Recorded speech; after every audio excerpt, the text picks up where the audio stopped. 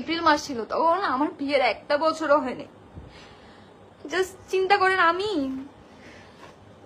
ভাবছি যে রাগ করে আছে, এরকম তো অনেক হয়েছে যে আমাদের কথা হয় না, ঠিক হয়ে যাবে আর কি। অ্যানিভার্সারি আসতেছে, নিশ্চয়ই আমাকে সারপ্রাইজ প্ল্যানিং করতেছে, কারণ অলওয়েজ আমাকে সারপ্রাইজ দিত, আপনারা সবাই দেখছেন।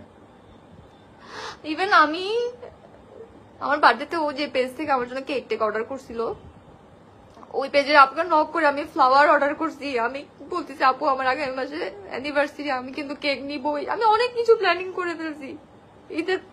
ঈদের দিন নেওয়া আমাদের বাসায়ও আসছিল, এসে ও আমার সাথে পিকচারও তুলছে, পিকচার টিকচার তুলছে, ওর বন্ধুদেরকে নিয়ে এসে নাস্তা পানি খেয়ে আমি ওকে সালাম করছি, ও আমার বাবাকে সালাম করছে। তারপরে ও চলে গেছে। ও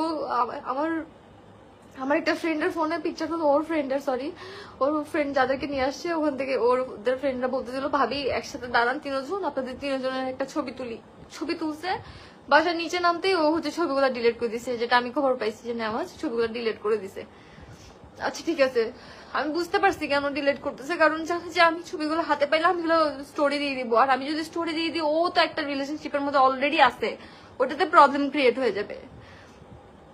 সো গেল, যখন আমি কোনো দিক থেকে আর কিছু পাচ্ছি না, আমি বলতেছি যে যেহেতু কোনোভাবে সমাধান হচ্ছে না, আর যৌতুক নিয়ে ওরা অনেক বেশি প্রেশার ক্রিয়েট করতেছে, টাকা পয়সা নিয়ে অনেক বেশি প্রেশার ক্রিয়েট করতেছে, আমি মামলা করব।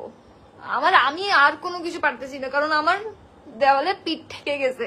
আমি কোনোভাবে আমার কোনো কিছুর বিচার আমি পাচ্ছি না, যে আমি এত কিছু ফেস করতেছি। একটা মানুষ 9টা মাস ধরে আমি প্রেগনেন্ট, আমি কত কিছু ফেস করছি, কিছুই জানেন না আপনারা। খালি দেখতেন যে তিথি আপু মেডিকেলে কেন, আমার কত ধরনের সমস্যা হয়েছে আপনাদেরকে বুঝাইতে পারবো না। আমি প্রতি বেলা 12টা-13টা করে মেডিসিন খাইতাম, আমার এত সমস্যা ছিল, কতগুলা ইনজেকশন দেওয়া লাগছে আমার।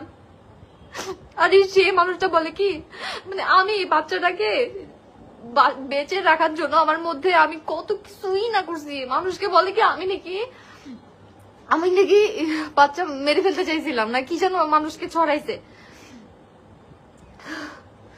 তারপরে আমি না পারতে 21 তারিখ ছিল মনে হয় এপ্রিলের, আমি একটা লয়ারের সাথে কথা বলি, লয়ারের সাথে কথাবার্তা বলে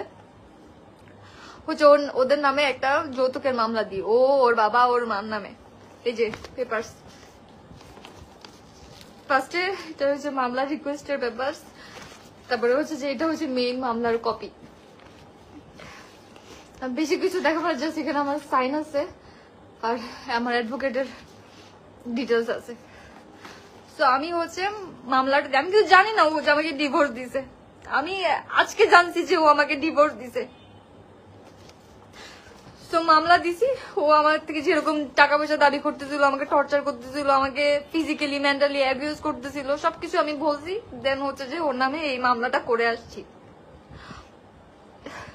তার মধ্যে দেখতেছি যে এইদিকে ও অনেক ভালো আছে। হ্যাঁ, তো আমিও এইসব কিছু যে করতেছি এগুলো কাউকে আমি জানাই নাই, কেউ জানে না, কাউকে বলি নাই, কারণ আমি তো তখনও জানি না যে আমার ওর সাথে আর সংসারই হবে না।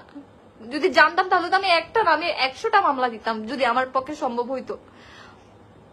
কারণ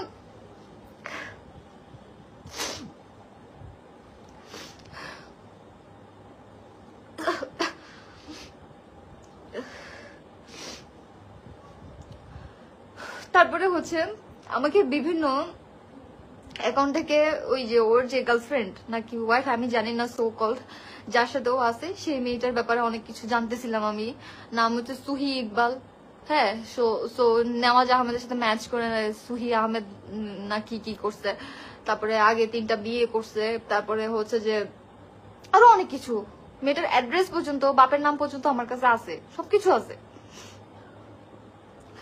তো আমার কথা হইতেছে, হ্যাঁ তুমি মুভ অন করতেই পারো, তোমার আমাকে ভালো লাগতেছে না, তুমি আমাকে ছাড়তেই পারো, তাহলে তুমি বাচ্চাটা কেন নিলা?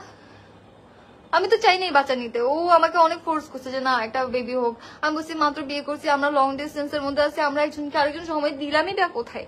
আমাকে একটু সংসারটা বুঝতে দেন, আমি আগে সংসারটা একটু বুঝি, তারপরে আমরা ফিউচারে বাচ্চার কথা চিন্তা করবো। বাট না, ওরা আম্মু চাচ্ছিল যাতে আমার হয়ে যায়, আমি যাতে কোনো মেডিসিন না খাই, না হওয়ার জন্য অনেক প্রেশার